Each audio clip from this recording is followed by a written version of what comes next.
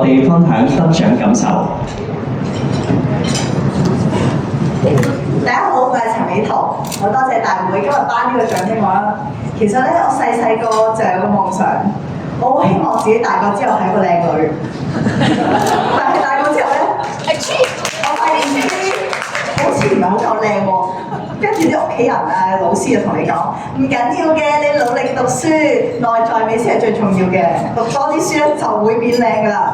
於是我好努力讀書，我有一個博士學位，我出咗11本書，我覺得我應該好靚啦啩。於是我去選美，跟住我輸咗。嗰一下我受到好大嘅打擊。但係去到下一年，佢又再開始招募咯喎選美，跟住我又諗住去參加下一次。屋企人話選美有人選第二次嘅咩？有人我話其實點解唔可以有下一次咧？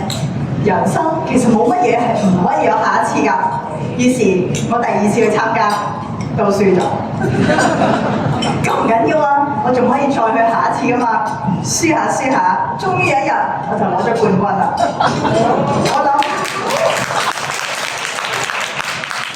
我諗喺選美冠軍裏面咧，我都應該算係唔靚嗰一個，因為啲傳媒話我係香港史上最高學歷嘅選美冠軍。嗱，講其他女仔，佢哋講魅力，講我，佢講學歷。我發現咗，原來讀多啲書咧係唔會令你變靚㗎。不過當人哋冇得讚你靚嗰陣，佢有啲優點去讚你咯。我以前咧成日都有諗，如果我可以好似李嘉欣咁靚，咁幾好咧！我一出嚟就開開心心帶個後冠，唔使遭受好多無謂嘅挫折。但去到今日，我先明白，如果我真係有李嘉欣咁靚，我就可能唔會做咁多嘢啦。我失去一啲嘢，得到一啲嘢，正係因為種種嘅挫折，先成就咗今日嘅我。所以，如果今日你再俾我揀，我都係想好似李嘉欣咁靚。今日多謝我另一半，我係經理人，我係設計師，一直去支持唔係好夠靚嘅我，多謝。